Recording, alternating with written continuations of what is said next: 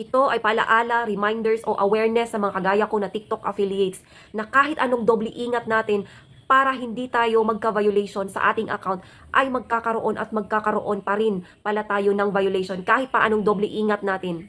Nagkaroon ako ng violation kahapon sa pag-post lamang ng isa kong content or video na may yellow basket sa hindi ko pagsasabi ng tunay na presyo ng isang produkto. Ang sinasabi ko ay itong violation na ito na price misleading. Aware na talaga ako sa mga price ng nagkakaroon ng violation dito sa TikTok. So, ako naman, ang sinasabi ko talaga, yung totoong price niya. Minsan, hindi ko sinasabi yung point at minsan naman, yung buong price talaga ng isang product. Ang hindi ko maintindihan kung bakit nagkaroon ako ng violation.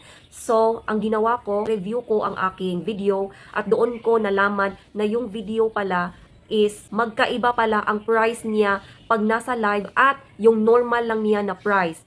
Hindi ko maintindihan guys kung bakit ganon. Pag nasa live pala ay mahal ang price ng isang product at yung isa naman is normal price niya. Hindi ko talaga inaasahan guys, kahit anong ingat ko. Sinasabi ko yung buong price ng isang product pero dito parang tinamaan talaga ako ni TikTok dahil binigyan niya ako ng violation na 10/10. So ang ginawa ko guys, nag-appeal ako kay TikTok at dinilit ko yung video para hindi na magkaroon pa ng violation.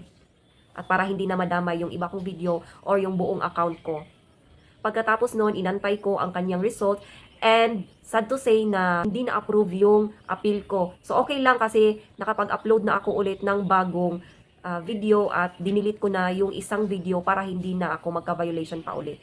So awareness ito para sa ating na mga content creator or affiliate marketing na hindi pagsasabi ng totoong price ng isang product na ini-endorse natin. Kahit pa may point o kahit pang sabihin nyo is 100 plus, kailangan nyo talagang sabihin yung buong price ng isang product. Magkaiba man ang kanilang price sa live at doon sa normal price niya.